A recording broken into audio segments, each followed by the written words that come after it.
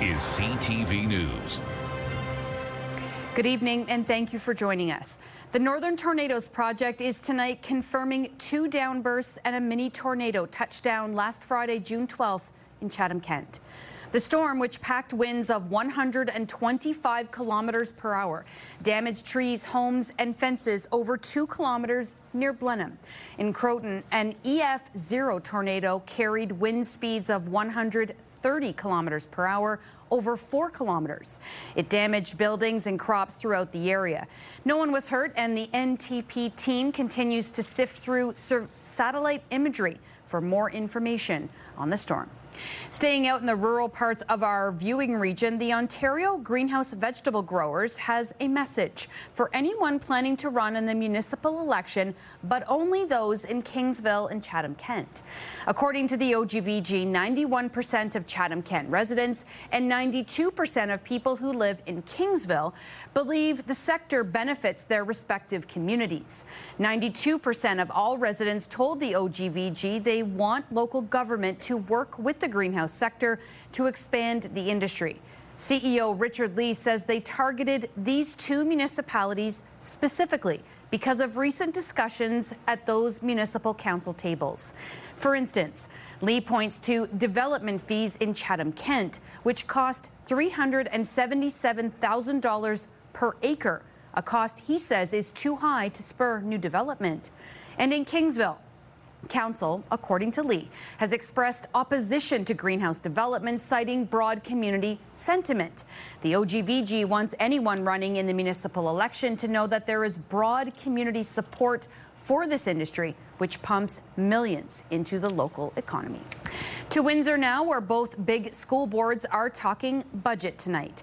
The Windsor-Essex Catholic District School Board has a balanced budget at $356 million. The board did have funding shortfalls for transportation and special ed, but Chair of the board, Lisa Soulier, says they've been able to increase staffing to support an expected enrollment boost of 325 students next fall. Meantime, the public board expects to be in the black for the first time in years. They're proposing a $185,000 surplus, despite an ongoing trend of declining enrollment.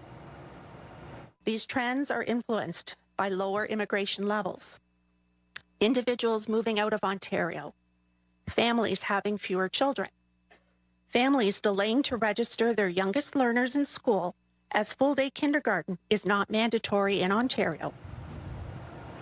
Early projections show a decrease of about 1,100 students next year. Staff say that along with provincial requirements and expiring collective agreements made for a complex budget. Balancing the books is a requirement of the board's plan to avoid supervision by the Ministry of Education. Trustees will meet next week to formally discuss the budget. Due to dwindling enrollment, the board is reporting a possible reduction in staff. However, Chief Executive Officer Vicky Houston says it's too soon to say whether it will mean job losses. No teacher has been cut. There's a reduction in certain areas. It doesn't mean they're going to be without a job. So I don't want the public to believe that teachers are losing their jobs. We're not there. We're still in the thick of staffing right now. So they may be reallocated to somewhere else.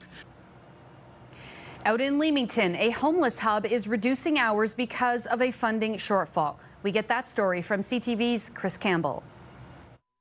It's a place for vulnerable residents to sleep, cool off, warm up, and connect with support services. But the Essex County Homelessness Hub is facing a $140,000 funding gap, and county officials are considering service reductions. The money for homelessness, housing with supports comes from the province to the fund manager, who is the City of Windsor, and the recommendation is that we cut the hours. Leamington Mayor and Essex County Warden Hilda McDonald says municipal budgets have long since been approved, but the loss of a $70,000 contribution, combined with rising security costs, has left County Council with difficult decisions.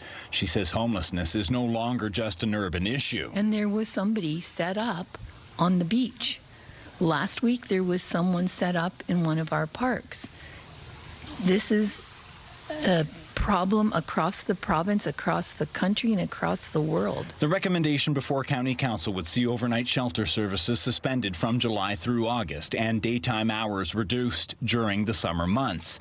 The City of Windsor serves as the region's homelessness service manager. Mayor Drew Dilkin says the county knew the previous contribution was one-time funding and the city is working within a fixed budget. We have a fixed pot of money. We didn't get an increase from the province or the federal government this year. We don't have a source of funding to make that permanent. Dilkin says Windsor allocates funding where it can have the greatest impact and remains open to further discussions with its county partners. This issue is a regional issue. We want to work with our county partners to have the maximum impact. And we look forward to having further conversation. For McDonald, the concern extends beyond budgets. She worries reducing services sends the wrong message. It sends the message that we, the collective, we don't care. County Council is expected to debate the proposed service reductions at Wednesday night's meeting. In Leamington, Chris Campbell, CTV News. From police tonight, the SIU has cleared a Chatham-Kent police officer of criminal charges. On August 24, 2025, a woman suffered a back injury which required surgery after she was arrested for obstruction of justice. The SIU notes that while the officer may have moved the woman a little quicker than she would have liked, given a pre-existing issue with her back, the in-cruiser camera footage found she was not manhandled by police as the woman alleged. Windsor police are remaining tight-lipped tonight about an active investigation on Huron Church Road from this afternoon. This was along the side of the food basics at Huron Church and Tecumseh. 6 police cars, including a canine unit, with the northwest corner of the lot taped off. Windsor police called to the area shortly before noon, with an officer on scene saying forensic investigators were expected. Police say more information is expected to come. CTV News will bring you the latest as it becomes available. A suspicious fire in Windsor's Little Italy is now raising questions about whether a popular carousel of the nation's destination will be ready for the second weekend. Windsor police and fire investigators were back on Erie Street East today after a fire broke out in a business connected to Windsor Eats food hall Monday night. Owners say smoke made its way into the building, leaving them waiting for inspectors to determine the extent of the damage. The big question now, whether Windsor Eats will still be able to host the Mexican Village during Carousel this weekend. Police are calling the fire suspicious, but there's no word on cause or whether anyone was injured. For people enjoying Windsor's trail system this summer, there's a warning about a hazardous invasive plant. The City of Windsor is launching another round of herbicide treatment to control wild parsnip along sections of the Ganacho Trail, Spring Garden Natural Area, and Titcombe Trail. Work is expected to begin June 22nd and continue through the end of July. Wild parsnip can cause painful burns and blisters when its sap comes into contact with skin exposed to sunlight. Officials say controlling the plant also helps protect native species and local habitats. CTV meteorologist Gary Archibald has your full weather details coming up in 2 minutes' time. And still ahead, caught on a hot mic, Prime Minister Carney and President Trump talking Chinese EVs. And CTV meteorologist Gary Archibald joins me now with a full look at the weather. Hi, Gary. Hi, Michelle. Good evening, folks. We're talking about thunderstorms sporadically this afternoon through the early evening, a bit gusty at times throughout the day. The morning was beautiful, crystal clear, say at around 7:30, 8 o'clock. Increasing cloudiness as this area of low pressure, it's expansive, now draped across much of southern central Ontario. Still some rumbles of thunder. And certainly going to see some showers through the latter stage of tonight with what's left into early tomorrow morning. Massive system. Reached a high near 25 today, by the way. That's seasonal, but it's not much of a temperature story today. It's about instability in the atmosphere and lingering waves of activity as this area of low pressure continues to spin counterclockwise, indicative of areas of low pressure in our hemisphere. It will continue to draw a westerly and southwesterly flow. The wind field will pick up. And the rainfall tallies, although worst, at least in terms of amounts further to the north and east of us, could be in localized very localized areas, much higher than what we're predicting in the general region. 10 to 20 millimeters is what we're suggesting across this region of extreme southwestern Ontario, with an overnight low, technically tomorrow morning's low before dawn, of 14 degrees. The cloudiness will pick up through the early stage of the afternoon, say about 1 p.m., and by about 4 o'clock, we'll reach a high of about 24, 23 degrees Celsius. But post 6 p.m., say 7:30, we're anticipating some showers and thunderstorm activity. So it's not a complete washout, but the evening is likely to be somewhat unsettled. So the takeaway is stormy in the afternoon, late afternoon, early evening. Wind gusts are projected to be near 70 to 80 kilometers per hour as this next big wave of thunderstorms moves through. Thursday, Friday, Saturday, showers and a temperature between 24 and 25 degrees. I think the greatest chance of seeing wet weather is on Thursday through the midday. The weekend starts off rainy, ends off with mid-20s. And some fair weather for Sunday.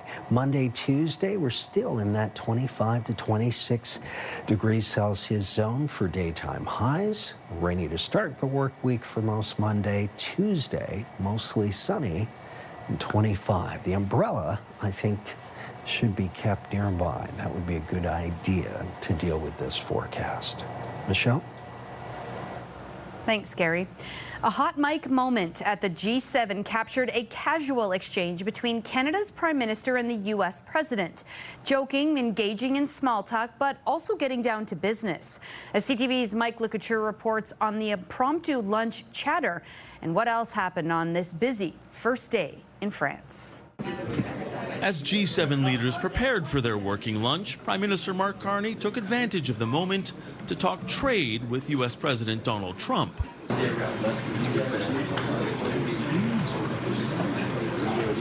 In an apparent reference to the amount of Chinese electric vehicles Canada agreed to let into the country in January, Carney conveyed to Trump how little he believes it would affect the North American market. The agreement with China would allow for the annual import of 49,000 Chinese-manufactured EVs into Canada. In exchange, China lowered tariffs on a number of Canadian products, including canola. Also in Evian, Canada-U.S. Trade Minister Dominic LeBlanc and lead trade negotiator Janice Charette met with their American counterparts. We talked about a number of other issues that the United States raises with us, but we also talked about issues that are important to Canadian workers and the Canadian economy. Now, after securing the deal with Iran, Trump's focus shifted to Ukraine. Following a meeting with President Volodymyr Zelensky on the margins of the G7 summit, Trump had this message for Vladimir Putin. Russia should make a deal. Russia's lost tremendous amounts of people, and so has Ukraine. Ukraine will win. It's just a question of time. To help make that happen, Canada announced additional sanctions against 162 Russian individuals and entities targeting the Russian war machine. And President Zelensky feels a new sense of momentum towards a resolution. It's great that everybody's understanding. Yeah. And it's great that Russia is not winning, and we have to push Putin to end this war. G7 leaders will continue their meetings on Wednesday, but there are no plans for Trump and Carney to sit down together.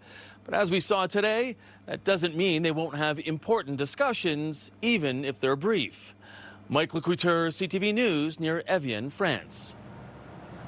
The Canadian Real Estate Association says home sales were down across the country last month, but there are signs momentum is building in the market. Home sales in May were down just over 5% compared to a year ago. However, activity was up 5.5% on a seasonally adjusted basis compared with April. CREA found the national average price of a home is up 1.5% on a year-over-year basis at just over $700,000. That's the highest it's been in 2 years. From the premium of living solo to the tension of shopping for two, new research shows how much your household can shape your grocery bill. CTV's John Vanavalli-Rao looks at what's really driving the cost of your cards. Rice. We bought rice because it's on sale. When it comes to affording food items, in particular for those living on their own, it can be summed up this way. It's tough. While everyone is feeling the pinch in the grocery aisles, the new survey from Interac found 6 in 10 solo households felt they face disproportionately higher per person costs compared to Canadians who split expenses. As a single person living on my own, I definitely notice. The survey found the average single-person household spends about $102 a week on groceries, compared to $80 per person in a shared household. Many of those living alone say it is harder to find ingredients portioned for one, and many say they miss out on the savings that come from buying in bulk, in part worried about food going bad before they can use it all. If you're a single person, you have to worry about space. You're often living in a smaller space. You might have a smaller fridge, no access to a significant freezer. Single-person households now make up about 3 in 10 homes. Greg Johnson lives alone and says for $100, he used to be able to fill a grocery cart. $100 this this is the $100 in here. You try to buy some yogurt, some lassi, the no-name products. You try to save up on that. Even the laundry detergent, you're trying to save on that. And nowadays I see people making their own laundry detergent, trying to save some money. The survey found overall Canadians are changing buying habits because of rising prices. Nearly half say they've reduced or stopped buying premium meat cuts, and nearly 4 in 10 said they've switched to store or no-name brands in the last 6 months. Meanwhile, some note solo shoppers do have one genuine advantage. They can more easily pivot to buying what's on sale with only one person in the household making the decision. John Valley Rao, CTV News, Toronto.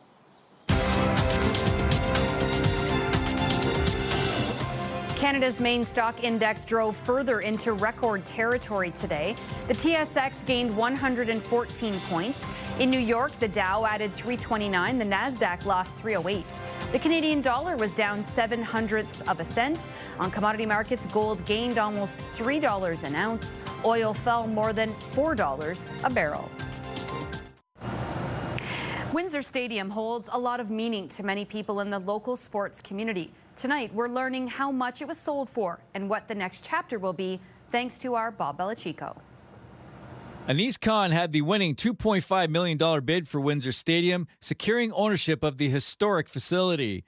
An avid squash enthusiast, Khan says his vision is to transform the site into a premier racket sports destination and adding a couple of other racket sports to the mix. The intent was to make sure that we serve the community, have the 3 sports together under one roof. In December of 2023, after 50 years, the Windsor Squash and Fitness Club closed its doors, leaving many with no place to play. Khan says after exploring other options around the city, Windsor Stadium made the most sense for a location. I just think it's fantastic, and I can't wait to see exactly what they're going to do. According to this design, a new 38,000 square foot building would replace the current grandstand and be home to not only squash, but pickleball and padel, or paddle. I love squash, but big fan of paddle. I think when people start to play it, it's going to catch on, and it's like really a fun sport. The facility is going to have 6 to 8 pickleball courts, 4 to 5 squash courts, and 4 for padel, which Khan feels gives racket sports fans a perfect mix of games to play for all ages. The building will also have a gym and social area. Now what we are thinking about is, because we don't need the 4.5 acres, we have proposed the city to buy 2.5 acres. Khan says if the city is not interested in the parcel, he will turn the building around, laying it out east to west, so either the north side or south side of the property could be sold to someone else. One could be for the housing, we don't know yet, or / any other commercial use. At this point, we haven't decided anything, and whoever is the potential buyer, they may like to do anything they want. It's certainly an exciting project, and to know that they're doing something brand new is going to be even better, and to know that there's an opportunity to potentially do some housing or reclaim part of the park. Again, all great opportunities, but it's just too soon to tell. Bob Belichico, CTV News. Sticking with sports, don't forget, soccer fans, the city has organized 2 days of World Cup celebrations downtown. On Thursday and Friday, City Hall Square will host free watch parties, including Team Canada taking on Qatar Thursday evening. Organizers are also planning family-friendly activities, face painting, soccer skills stations, giveaways, and free food while supplies last. City officials expect thousands of fans to take part in what will be the city's first World Cup watch parties at the newly revamped City Hall Square. But wait, there's more. Windsor has an entire summer of fun on deck.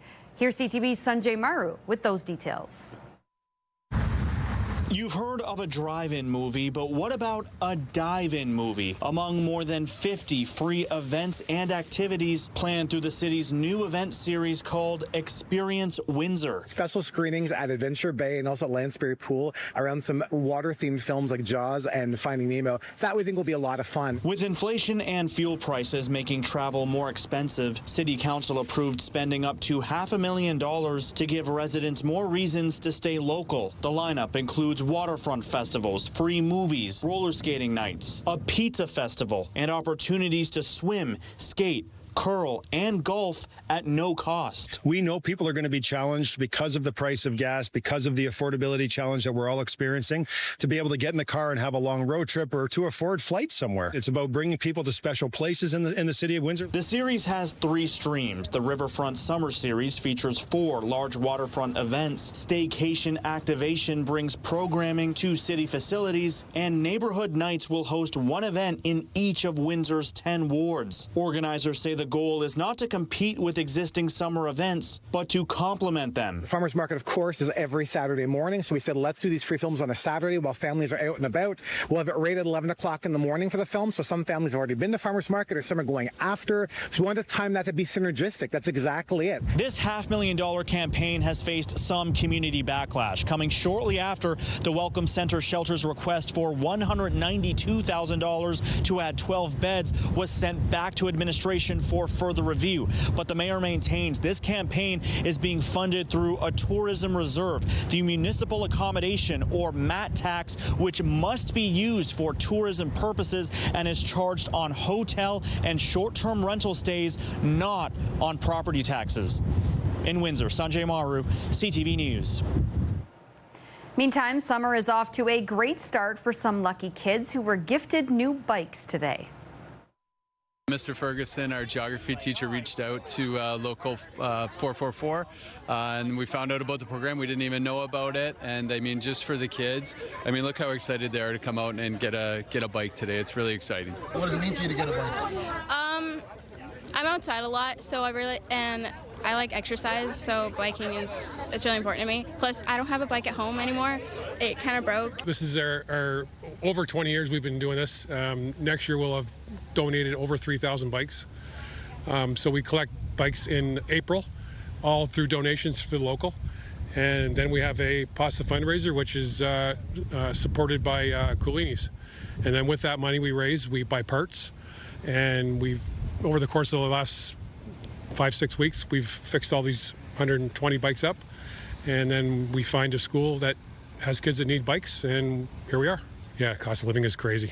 So bike prices went up, everything went up. So it's great we can give kids bikes. Some of these kids said they've never had a bike before.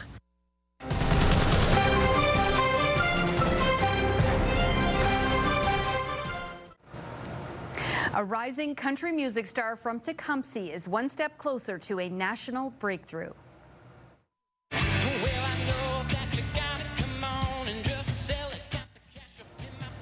Carson Janik has been named one of 3 finalists in Country Rising 2026, a nationwide talent search. Janik now advances to the fan voting round alongside finalists from Newfoundland and BC. The winner will receive a $10,000 grand prize and a recording contract with Starseed Entertainment. Fans can vote per day through July 20th. The winner will be announced later this summer. And let's check in one last time on the weather. Here's CTV meteorologist Gary Archibald. Michelle, I think the takeaway for tomorrow morning, it starts off fair enough. The winds will pick up through the afternoon. Early evening, say around supper time, 6 o'clock, 6:37 for most. That's when we could see some rain. The wind gusts, though, potentially somewhere in that 70 to 80 kilometer per hour range. That could do some damage to some trees and branches in and around your property, so watch out for that. Showers continue Thursday, Friday, and Saturday. A bit of a break Sunday. Note the temperatures in the mid-20s for the most part for the next 7 days. Rainy next week to start things off Monday, and then Tuesday, some sunshine. I think it's going to be wet, though. Definitely, that's going to be the dominant feature for the next few days.